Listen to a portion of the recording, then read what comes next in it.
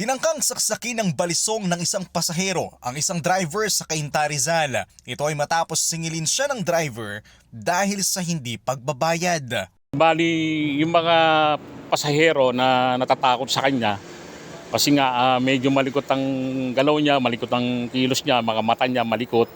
So pinagdududahan siya na akala mang-hold up. Natakot yung mga pasahero, bigla nagbabaan. Tila malikot daw kasi ang mata ng pasahero na ito at hindi mapakali. Maswerteng nasalag ng biktima ang patalim, ngunit nagtamo pa rin siya ng sugat sa kanyang braso. Aminado naman ang suspect na lasing siya nang sumakay siya sa jeep. Dahil bago siya umuwi, uminom daw muna siya kasama ang kanyang mga katrabaho sa construction. Sinisingil po ako, sabi ko po, pasensya na po kasi wala po akong may babayad kasi. Yung wallet ko nga po, hindi ko nga po alam kung nasaan na po. Iginit niya na siya pa raw ang bubugbugin ng driver dahil sa hindi niya pagbabayad ng pamasahe. Wala po, wala din po akong dalang balisong kahit anong klaseng banaksak po, wala po talaga.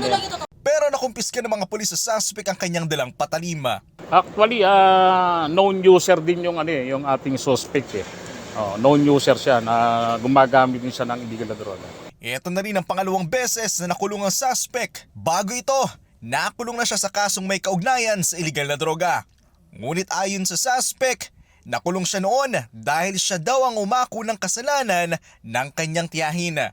Tiyahin daw niya dapat ang makukulong, ngunit naawa daw siya kaya siya na lang nagpakulong. Samantala, kasong attempted homicide and violation of BP6 o pagdadala ng mga nakamamatay na bagay ang posibleng kaharapin ng suspect.